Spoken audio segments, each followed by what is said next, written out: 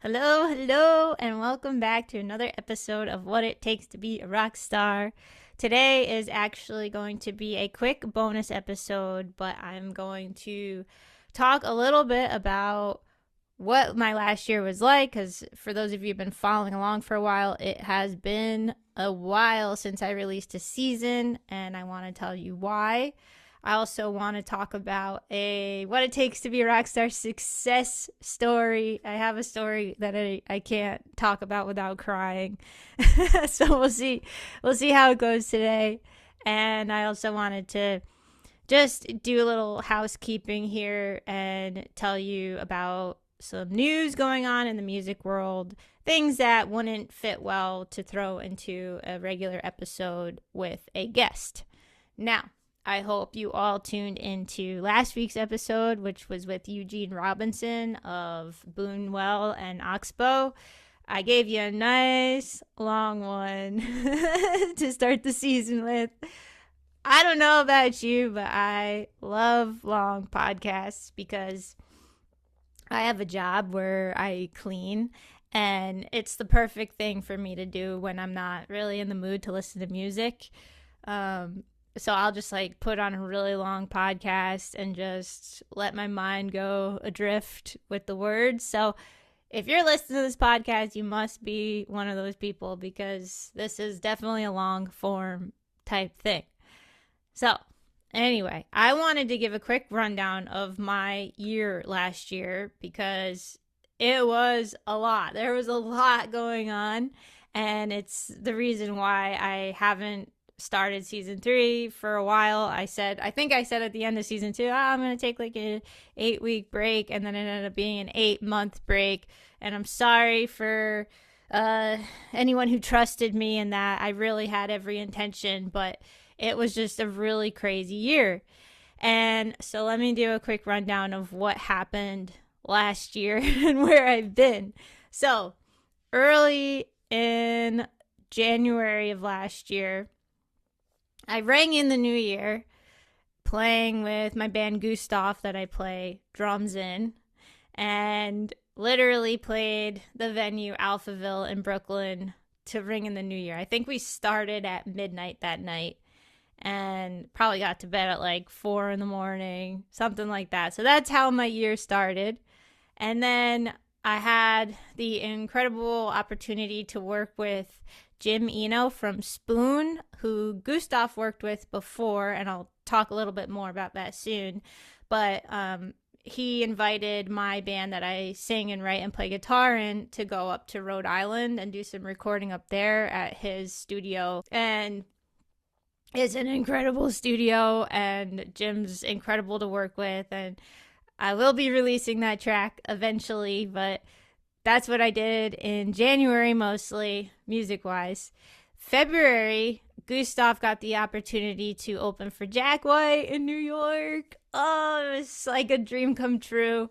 And then also in February, I got to do some more recording for Francie Moon at our friend Jeff's place in New York State at a little place called Buzzcut Studios. And those tracks I still have to release, and I'll talk about why later, but that was really fun.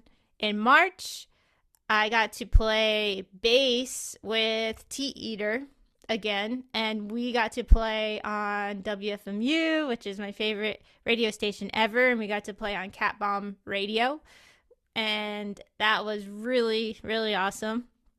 And we did a weekender, a little weekender tour.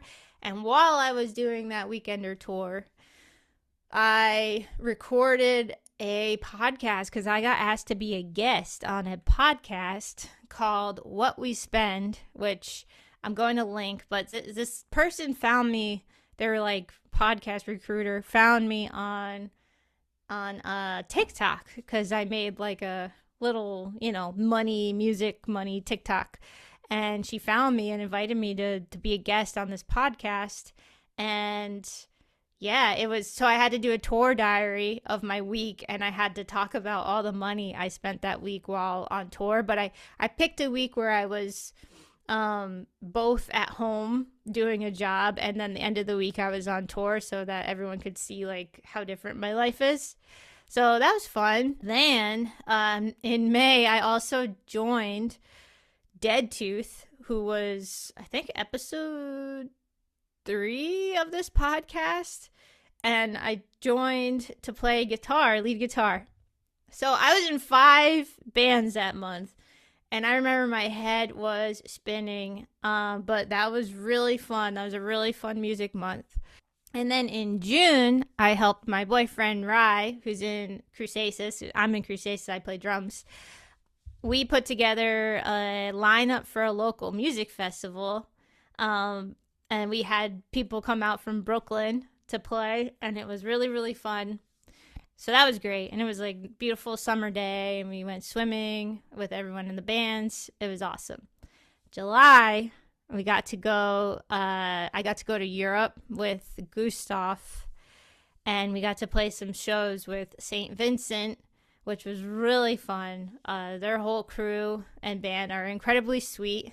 And I also released a single that month for Francie Moon with a music video that I did with my friends Emily and Merritt and Rye. And that was really awesome. And then September, Gustaf went to Canada to play. And I released another video and single. In October, I got to play opening for ESG at a Halloween party.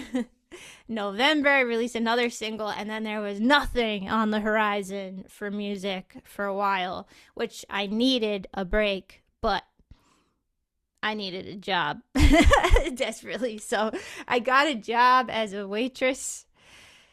And then the other waitresses, they worked at this place for like 20 years and they just took all the tables. I'm not going to lie. And it was a rough couple months of me trying to like get in there and make a living.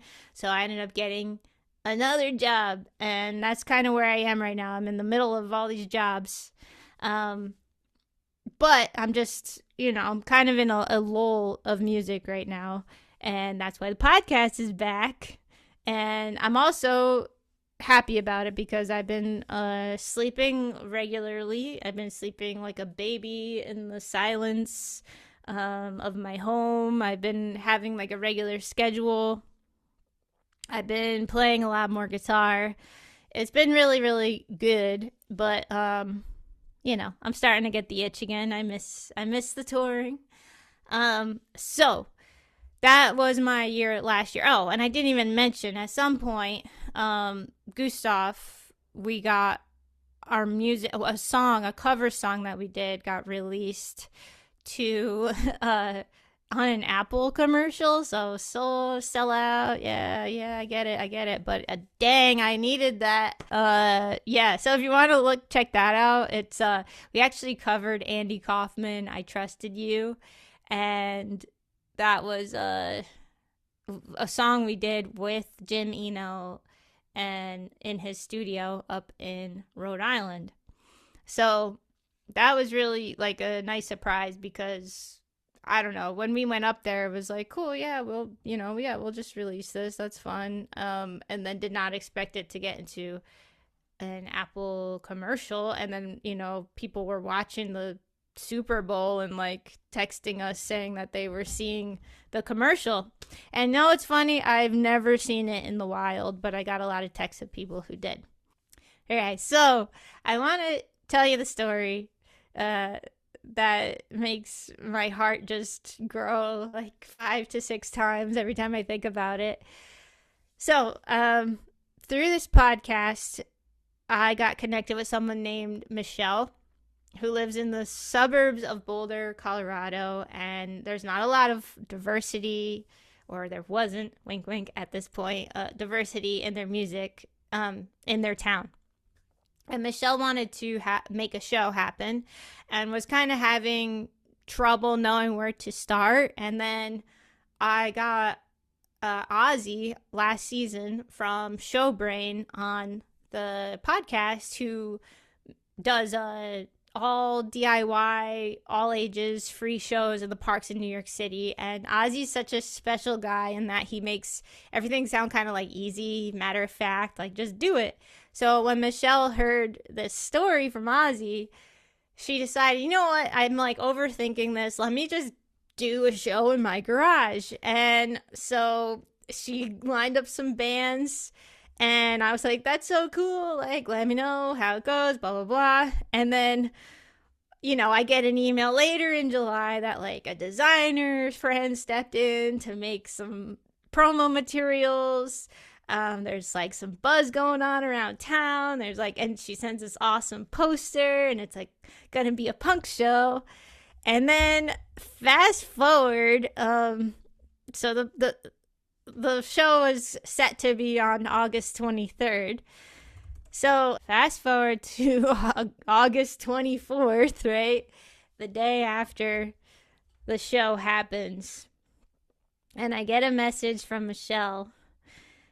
And let's just say the show was an incredible success. 200, I can't even talk about it without getting a little emotional. 225 people attended the show. And there were 14-year-olds to early 20s range. There was a pit going the whole time. It was an all-ages show. And everyone was like so happy. They had an incredible night. I get this awesome video from the show, the pit, everything. Actually, it was more than that 225. It was probably almost around 300 people, because there's 229 ticket sales, 17 guests listed, and 18 people between the bands and organizers. And then that didn't even include kids under 12 who they didn't count or charge. So yeah, it was an incredible success. And then in November, I got another message from Michelle that said it was the 3-month anniversary of the first punk show that they did. And in that time, 6 shows have happened with at least 18 punk bands. And she found some great collaborators, and they're hosting a youth summit next month for the under 21 crowd to help shape the plans for next year. And venues who wouldn't even consider them before are now interested. And this community came together, and now they have an Instagram space, and there's almost 400 people in there, and it's just so cool. And you know, obviously it's Michelle who did it, but like Ozzy, you know, just Ozzy's attitude towards it all really helped just like push her into the edge. And so if you want to check it out, the Instagram handle is Longmont Punk. And yeah, right now they have 753 followers, connecting the Longmont and Boulder punk scene, plus indie, metal, hip-hop, goth, ska, and reggae, space to grow our community and promote our local music. Honestly, those little growing scenes are the best places in the world to play, because people, they care a lot about music. So, oh my gosh, that's my story. Makes me very emotional. I'm so proud of what they've done there, because honestly, me and my boyfriend, we talk about this a lot, but it really takes one person in a town to give a crap and try to start something. And I've seen this over and over and over again with all my DIY touring days. Like, one person can change a whole town and turn it into a community hub for musicians to tour through, or musicians to thrive and learn in.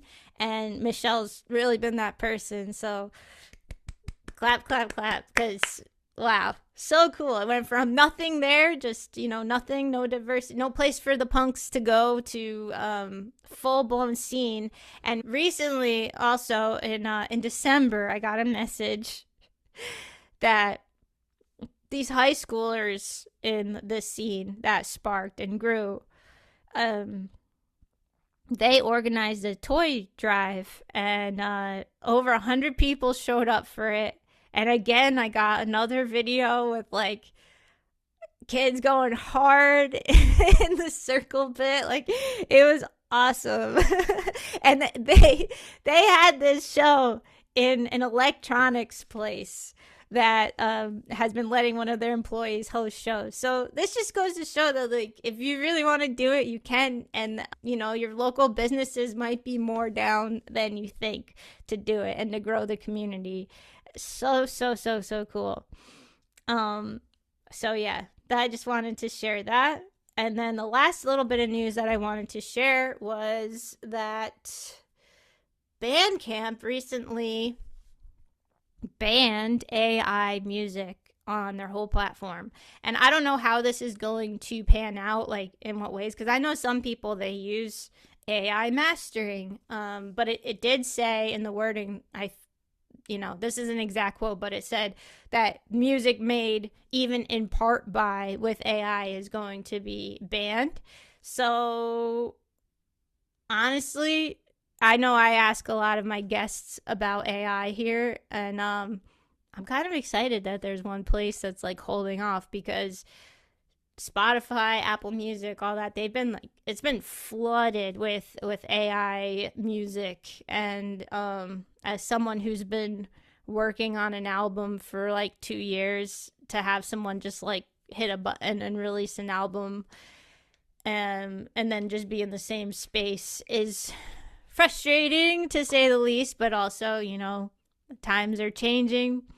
But I just hope that, there are people out there who still appreciate the human touch on music, because for right now, that's where I'm staying. I might be a grandma with that outlook, but we shall see what happens in the future with that. But I just wanted everyone to be aware, because I'm, trying to be the front lines of music news.